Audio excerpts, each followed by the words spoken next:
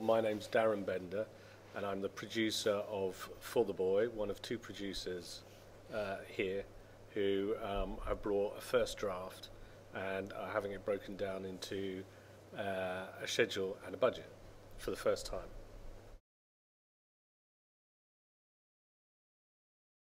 The process began before Christmas, sometime before Christmas, with questions coming from the assistant director and the line producer who are analysing our project.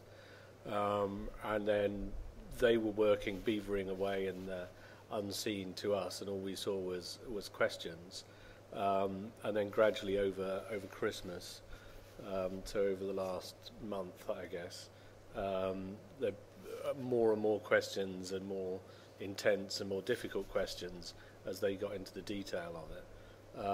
And then finally we arrived here to see the budget and see the schedule that they'd done, and then we started another process which was the analysis of that and the kind of tweaking and reworking of things that were either different from what we envisaged or where the collaboration of the work, their response to our work, our draft, our script draft, and then our response to what we could see from having them break it down, that kind of collaborative process has been the last couple of days. We're at a very, very early stage, so we were just about to start showing it to a director.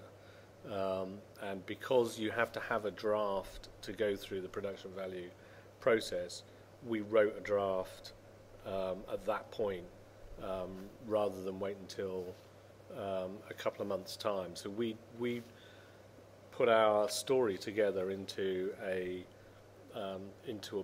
book form, essentially a treatment in book form with sample scenes in it and lots of photographs that illustrate the story, because we find that's catchy, and it's just good marketing. It gets people thinking about the characters and imagining the way the film looks and stuff. And we like to work in short form as much as possible. So if the feedback from that visual treatment is that the film's too long or that this element's not working or something like that, then we can change that while it's still in short form. And that way we're not doing endless script drafts. So this joining in this process slightly accelerated our schedule, and we got to a draft a lot quicker. I think the value of doing that so early on in the process means that the writing process, the actual storytelling process, can be moved quite substantially. I mean, sometimes just subtly, but then saving a lot of money, and sometimes quite substantially, because you might find that there's a whole storyline that you've gone down that carries a load of cost, and there are alternate ways of doing it.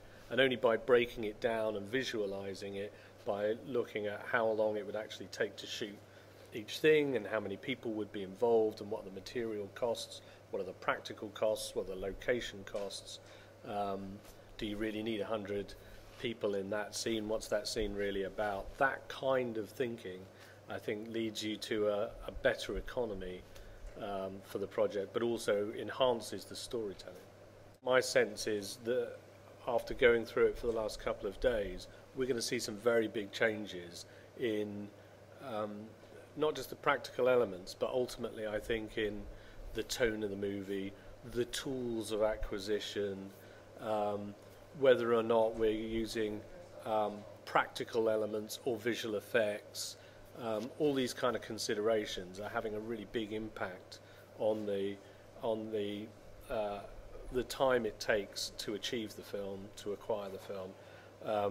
As I say, the tools in which you would use to do that, but ultimately on the storytelling as well, because if you can see that there's a way of doing something that's really expensive and involves lots of people, and there's another way of doing it that's cheaper, you don't just say, okay, we'll use the cheaper one. you go down the avenue of looking at whether or not the cheaper one could be better, could be, a stronger idea ultimately, and you evolve the story that way.